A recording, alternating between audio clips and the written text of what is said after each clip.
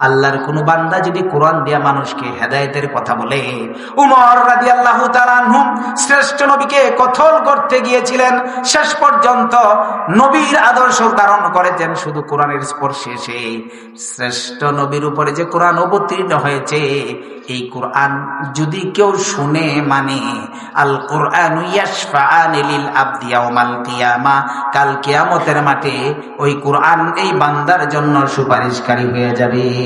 সুবহানুল কারীম থেকে আপনাদের সম্মুখে 87 নম্বর সূরা সূরাতুল আলা এর 16 এবং 17 নম্বর আয়াতে কারিমা তিলাওয়াত করেছি। এর আলোকে কথা বলবো, সকলে বলি ইনশাআল্লাহ।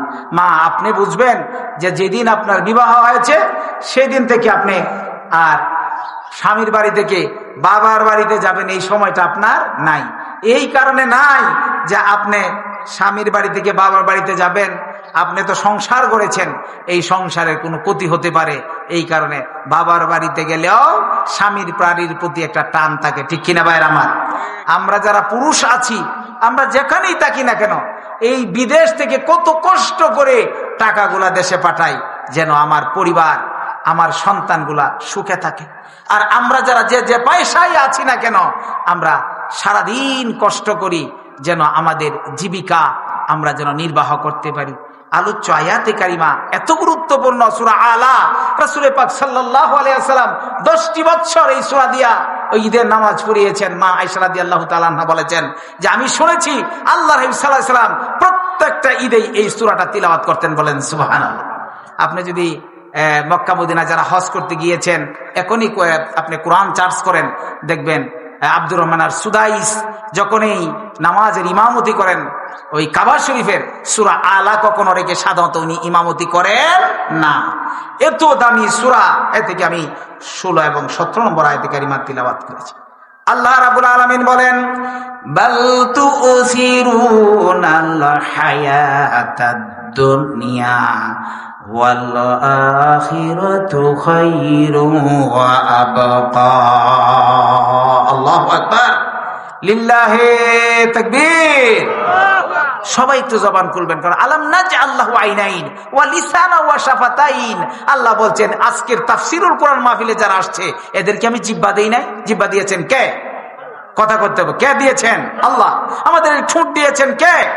আল্লাহ বলছেন, রাসূল পাক সাল্লাল্লাহু আলাইহি ওয়াসাল্লাম বলেছেন লা ইয়াজালু লিসানুকা রাতাবাম মিন যিকরিল্লাহ। তাফসীরুল কোরআন মাহফিলে এসে এই জিহ্বার জিকির করবা, দাঁত দিয়া স্পর্শ করবা, জিহ্বা দিয়া কথা বলবা, খুশি হয়ে যাবেন কে? আমরা আল্লাহকে খুশি করতে রাজি আছি তো ইনশাআল্লাহ। এই কারণে যে আয়াতে কারিমা তিলাওয়াত করেছি এর সহজ এবং সরল অর্থ হচ্ছে বাল তুসিরুনাল হায়াতাদ দুনিয়া। আল্লাহ বললেন অনেকেই দুনিয়াকে অগ্রাধিকার দাও, ওয়াল আখিরাতু খায়রুন ওয়া আবকা, কিন্তু আখিরাতের জীবনের শুরু আছে শেষ নাই, ঘোষণাকার। যে তোমরা দুনিয়া করো, খালি দুনিয়া দুনিয়া বইলা আমার হুকুমটাকে বাদ দাও কেন? আখিরাতেই তোমাদের জন্য উত্তম। সকলে বলেন সুবহানাল্লাহ। এই জন্য কি দুনিয়া বাদ দিবেন? দুনিয়া বাদ দেওয়া যাবে? চাকরি ছেড়ে দিবেন, মাঠ চাষ ছেড়ে দিবেন, সংসার ছেড়ে দিবেন, বাড়ি ঘর ছেড়ে দিবেন? লা রুহবানিয়াতুন ফিল ইসলাম। ইসলামে বৈরাগ্যবাদ নাই যে আপনি আলেম হয়েছেন, আপনি এই আখিরাতের কে বেশি প্রায়োরিটি দিয়া আপনি হাত পাচ্ছেন, এইটা ইসলামে নাই। বরং আল্লাহ তাআলা শিখিয়েছেন রব্বানা আতিনা ফিদ দুনিয়া হাসানাতাও ওয়া ফিল আখিরাতি হাসানা ওয়া কিনা আযাবান নার। সুবহানাল্লাহ। কত সুন্দরভাবে আল্লাহ তাআলা দুনিয়া এবং আখিরাতের মধ্যে একটা সমন্বয় সাধন করেছেন। আল্লাহ বলেছেন বান্দারে তুমি আমার কাছে চাও, দুনিয়ার সমস্ত কল্যাণ চাও, তুমি যদি অকল্যাণে পড়ে যাও, তোমার সন্তান অসুস্থ, তুমি নিজে অসুস্থ, অথবা তোমার রিজিকের ফয়সালা হয় না, অথবা সন্তান কথা শুনে না, স্বামী তার স্ত্রীর কথা শুনে না, স্ত্রী তার স্বামীকে মানতে রাজি হয় না, অথবা পিতামাতা একজন আরেকজনের প্রতি বিরূপ মনোভাব পোষণ করে, তাহলে দুনিয়াতে তোমাদের উপরে আযাব গজব হবে, শাস্তি হবে। আমার কাছে চাও, আমি আর দুনিয়াটাকে তোমার জন্য পেরেশানি মুক্ত করে দিব। সুবহানাল্লাহ। দুনিয়া পেরেশানি মুক্ত করে দিতে পারেন কে? এইখানে আল্লাহ তাআলা কথাটা শেষ করেন না, সাথে সাথে বলো ওয়াফিল আখিরাতি হাসানা। আয় আল্লাহ, আমার তো আখিরাত শুরু হয়ে যাবে, কবর থেকে আমার আখিরাত শুরু হয়ে গেল। কবর থেকে নয়, যখন জিবরাইল আমিন যখন আজরাইল আলাইহিস সালাতু ওয়াস সালাম আমার জান কবজ করতে আসবেন, তখন থেকে আমার আখিরাত শুরু হয়ে গেল। সুবহানাল্লাহ। এরপরে আমাকে কবরে রাখা হবে, হাসরে আবার উত্থিত করা হবে। হাসর থেকে কিয়ামতের মাঠে যখন আমি উত্থিত হব, আয় আল্লাহ ওয়াফিল আখিরাতি হাসানা ওয়া কিনা আযাবান নার। আয় আল্লাহ, সমস্ত আযাব থেকে আমাকে হেফাজত করো। সুবহানাল্লাহ।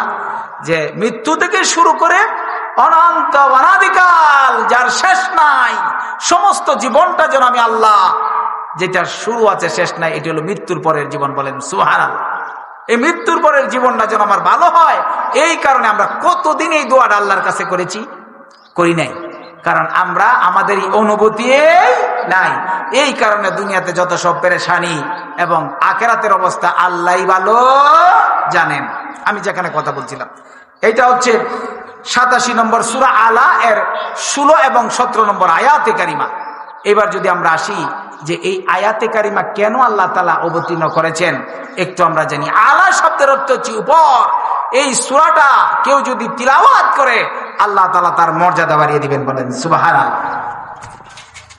আয়াতে কারিমার শানে নজুল হচ্ছে শ্রেষ্ঠ নবী মক্কা থেকে যখন মদিনায় হিজরত করবেন, হিজরতের পরে, হিজরতের অনেক আগে মক্কি একটা সূরা, সূরাতুল আলা, আয়াতে কারিমার শানে নজুল হচ্ছে ইসলামের প্রথম দিকে শ্রেষ্ঠ নবী মুহাম্মদুর রাসূলুল্লাহ সাল্লাল্লাহু আলাইহি ওয়াসাল্লামের কাছে যারা ইসলাম গ্রহণ করেছেন, তাদের এত ধন সম্পত্তি ছিল না, এরকম মুসলমানের অভাব ছিল না। একজন প্রতিবেশীকে নিয়ে আজকের এই আয়াতে কারিমা, যেটা শ্রেষ্ঠ নবীর উপরে আল্লাহ তাআলা অবতীর্ণ করেছেন। প্রতিবেশী হচ্ছে একজন মুনাফিক মুসলমান, নামদারি মুসলমান, নাউজুবিল্লাহি মিন জালিক। আরেকজন প্রকৃত মুসলমান। দুই মুসলমানের বাড়ি একই সাথে। এখন এই মুনাফিক মুসলমানের একটা খেজুর গাছ, কি গাছ? কথা বলতে কি গাছ? খেজুর গাছ উপরে উঠেছে। উপরে উঠা হেলে মুসলমান, প্রকৃত মুসলমান যিনি রাসূলের সাহাবী, তার বাড়ির উপরে ওই খেজুর গাছটার মাথাটা চলে গিয়েছে। খেজুর গাছ শীতকালে আমরা জানি ভালো ফলন হয়, ফলন হয়েছে বটে, আর ওই খেজুর গাছ থেকে একটা দুইটা খেজুর পাকে, আর প্রকৃত যে মুসলমান, মুসলমানের ছোট ছোট বাচ্চারা এইখান থেকে খেজুর গুলা খেয়ে ফেলে। ছোট বাচ্চারা বুঝে না যেটা আসলে আমার বাবার না, আর খেজুর গাছের মাথাটা ওইভাবে হেলেছে, এই প্রকৃত মুসলমানের বাড়ির উপরে হেলেছে। আর এই প্রকৃত মুসলমানের ছোট ছোট বাচ্চারা এই খেজুর গাছ খায়। শেষ পর্যন্ত এই মুনাফিক মুসলমান শ্রেষ্ঠ নবী মুহাম্মদুর রাসূলুল্লাহ সাল্লাল্লাহু আলাইহি সাল্লামের দরবারে হাজির হয়ে গেল। শ্রেষ্ঠ নবীর কাছে ওই মুনাফিক মুসলমান আরজ করলো, ইয়া রাসূলুল্লাহি, ইয়া হাবিবাল্লাহি, আমার বাড়ির উপরে যে গাছটা, আমার প্রতিবেশী তার সন্তানরা আমার খেজুর গাছ থেকে খেজুর খেয়ে ফেলে। ইয়া রাসূলুল্লাহি, আমি এর বিচার চাই। আমি আপনার দরবারে নালিশ করে গেলাম। শ্রেষ্ঠ নবী এই কথা শুনে নির্দিষ্ট একটা দিন নির্দিষ্ট করলেন এবং বাদী এবং বিবাদী উভয়জনকে উপস্থিত করলেন। মুনাফিক উপস্থিত হলো, আবার শ্রেষ্ঠ নবীর ইসলাম গ্রহণ করে প্রকৃত মুসলমান সে এই দরবারটাতে উপস্থিত হয়ে গেল। সুবহানাল্লাহ। শ্রেষ্ঠ নবী জিজ্ঞাসা করলেন, ও মুসলমান, সত্যি কি আজকে সে আমার দরবারে যে বিচারটা উপস্থাপন করেছে এর বাস্তবতা কতটুকু? এইবার মুসলমান সুন্দর করে বলতেছেন, ইয়া রাসূলুল্লাহি, ইয়া হাবিবাল্লাহ, আসলে আমার ভাই যে বিচারটা আপনার দরবারে দিয়েছে, বিচারটা সত্যি। কারণ আমার বাড়ির উপরে এসে উনার গাছটা হেলে রয়েছে, আর আমি মরুভূমিতে ছাগল, ভেড়া, দুম্বা এইগুলা চড়াই। আমার ছোট ছোট দুইটা বাচ্চা, একটা ছেলে একটা মেয়ে, ওরা এখনো বুঝে না, একটার বয়স 4 হবে অথবা 5 হবে, ওরা তো বুঝে না। কুড়িয়ে কুড়িয়ে ওইখান থেকে খেজুর গুলা খেয়ে ফেলে। আমিও অনুভব করেছি, ইয়া রাসূলুল্লাহ, আমি বলেছি এই খেজুর গাছের খেজুর গুলা যেন সে কেটে ফেলে, কাটে নাই। আমি অনেক সাবধান করে আমার বাচ্চাগুলাকে বলে যাই, কিন্তু এর পরেও তারা শুনে না, কারণ ছোট হওয়ার কারণে এই অনুভূতি তাদের নাই।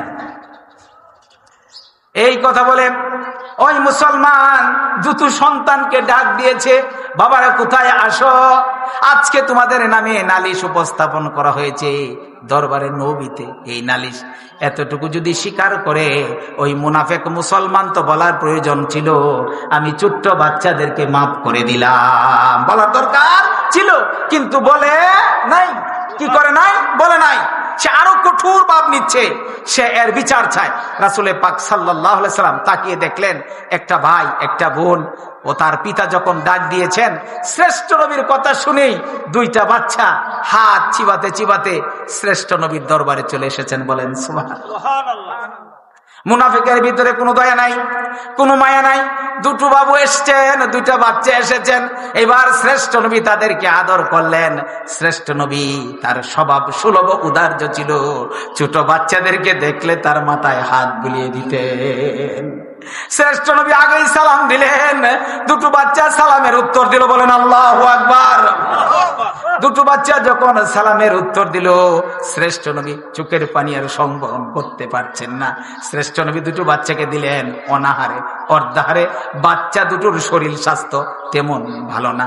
নবীজির ভিতরে দয়া শুরু হয়ে গেল। এই দয়া কার পক্ষ থেকে এসেছে? সুবহানাল্লাহ। কার পক্ষ থেকে এসেছে? আল্লাহর পক্ষ থেকে। আর রহমান, আল্লাহ বলেছেন আমি রহমান, আমি দয়ালু, আমি নেতা। চিৎকার দিয়ে বলেন সুবহানাল্লাহ। কিন্তু মুনাফিকের ভিতরে দেওয়া হয় নাই। শ্রেষ্ঠ নবী যদি চুপ থেকে পানি বের হয়ে যেত, সারা পৃথিবীটা মনে হয় অন্ধকারে পরিণত হয়ে যেত। আল্লাহু আকবার। এরপরেও তার ভিতরে দয়া হয় নাই। শ্রেষ্ঠ নবী জিজ্ঞাসা করলেন, তোমরা কি ওই খেজুর গাছ থেকে খেজুর গ্রহণ করেছো কিনা? সাথে সাথে বাচ্চা, ছোট বাচ্চাটা বলতেছেন, ইয়া রাসূলুল্লাহি, ইয়া হাবিবাল্লাহি, আমি তো খেয়েছি, আমার ভাইও খেয়েছে। ওই ভাইটাও উত্তর দিল, ইয়া রাসূলুল্লাহি, ইয়া হাবিবাল্লাহ, আমরা তো প্রতিদিনই কুড়াই, প্রতিদিনই খেজুর খাই। ইয়া রাসূলুল্লাহ, খুব মজা হয়। ইয়া রাসূলুল্লাহ, দেখবেন আমার পকেটে এই খেজুরের বিচিও আছে। সুবহানাল্লাহ। বাচ্চাগুলা কি মিথ্যা কথা বলছে না সত্য কথা বলছে? কি কথা বলছে? জীর্ণ শীর্ণ দেখে, চেহারা দেখে শ্রেষ্ঠ নবী চোখের পানি সংবরণ করতে পারছেন না। আল্লাহর হাবিব সাল্লাল্লাহু আলাইহি সাল্লাম কেঁদে দিলেন। এরপরে মুনাফিকের দিকে তাকালেন আর বললেন, মুনাফিক রে, আমি কিভাবে এই ছোট বাচ্চাগুলার বিচার করব, তুমি কি বলো? মুনাফিক বলে, ইয়া রাসূলুল্লাহি, ইয়া হাবিবাল্লাহ, এর যথাযথ আমি বিচার চাই। জোরে বলেন নাউজুবিল্লাহ। প্রতিবেশী কি বেশি কথা বলেন? প্রতিবেশীর খেজুর গাছ একটু হেলে রয়েছে, আমরা যারা এখানে বসছি, আমরা কি মানুষের গাছের আম একটু কুড়াই নাই? কথা বলেন। কুড়িয়েছি এবং দেখেছি কখন সে চলে যাবে। আমরা অনেক সময় গাছ থেকে বিভিন্ন ফল খেয়েছি ছোট যখন ছিলাম। আমার মনে হয় আজকের মাহফিলে যারা বসেছি একজনও এইরকমও নাই যে আমরা এই কাজটা করি নাই। এই মাঠটা যখন আমরা আসতাম, খেলাধুলা করতাম, ফুটবল চলে যেত বাবু নানার খেতে, ওইখানে মূলার মধ্যে বাড়ি লাগতো। মূলাটা একটু হেলে গেছে, আবার দেখা গেছে মূলাটা নিয়ে আসছি, আইসা সবাই আমরা খেয়েছি। কিন্তু ওই নানার কি করবে, সৈয়দ মামু ছিলেন, কি করবে? আমরা অনেকেই এই ধরনের কুড়িয়ে খেয়েছি, ঠিক কিনা ভাইয়ের আমার মূল কথা হলো প্রতিবেশী। শ্রেষ্ঠ নবী বললেন, সে তো তোমার প্রতিবেশী, তুমি কি বলো? আবার বলতেছেন রাসূল পাক সাল্লাল্লাহু আলাইহি ওয়াসাল্লাম, ছোট দুইটা বাচ্চার এই সাক্ষী শুনে নিজ থেকে আত্মপক্ষ সমর্থন করতেছে, ইয়া রাসূলুল্লাহ, আমরা খেয়েছি। বিচিটা বের করেছেন, শ্রেষ্ঠ নবীকে দেখালেন, বিচির মধ্যেও তাদের মুখের লালা আছে, বিচির ভিতরে আর কোনো কিছু খাবারের বাকি নাই। সুবহানাল্লাহ। বিচিটা এইভাবে খেয়েছে যে এর সাথে আর খেজুরের কোনো অংশ নাই। শ্রেষ্ঠ নবী বিচিটা হাতে নিলেন, তাফসীরে মাঝারিতে আসছে, নিয়া দেখালেন, ও তুমি কি বলো, তুমি কি এইগুলা ছেড়ে দিতে পারো না? এরপরেও মুনাফিক বলতেছে, ইয়া রাসূলুল্লাহ, আমি ছাড়বো না, এর বিচার চাই। বলুন তো, এত ছোট্ট বাচ্চা 4 বছর অথবা 5 বছর, তার কি বিচার করা যেতে পারে? শ্রেষ্ঠ নবী বললেন, সে তো তোমার প্রতিবেশী। তুমি যদি আজকে তার জন্য এই ছোট ছোট দুটো বাচ্চাকে ক্ষমা করে দাও, ছোট বাচ্চাদেরকে মাফ করে দাও, আখিরাতে আল্লাহ তাআলা তোমাকে এর চেয়ে বেশি পুরস্কৃত করবেন। সুবহানাল্লাহ। জবাবে বলল, না, আখিরাত তো বাকি, আমি নগদ ছাড়তে রাজি না। নগদ সে তার বিচার চায়। শ্রেষ্ঠ নবীর বিচার ছিল এরকম। কুরআনুল কারীমের বিচার হচ্ছে 2টা সিস্টেমে বিচার হয়। কয়টা? একটা হচ্ছে আমার সাথে যদি কেউ অন্যায় করে, অথবা আমি যদি কারো সাথে অন্যায় করি, সে যদি আমাকে মাফ করে দেয়, তাইলে ওই কুরআনুল কারীমের ফয়সালা হলো যে তুমি যদি বাদী বিবাদী, যেহেতু একজন আরেকজনকে মাফ করে দিয়েছে, আল্লাহর কাছে দোয়া করবে যেন আল্লাহ তাকে মাফ করে দেন। বলেন সুবহানাল্লাহ। আর কোনো হদ কায়েম হবে না। আরেকটা হচ্ছে যদি মাফ না করে, তাহলে কুরআনুল কারীমের যে বিচার, যে আইনটাই বাস্তবায়িত হবে। বলেন আল্লাহু আকবার। শ্রেষ্ঠ নবী ডাক দিলেন, তুমি কি বলো?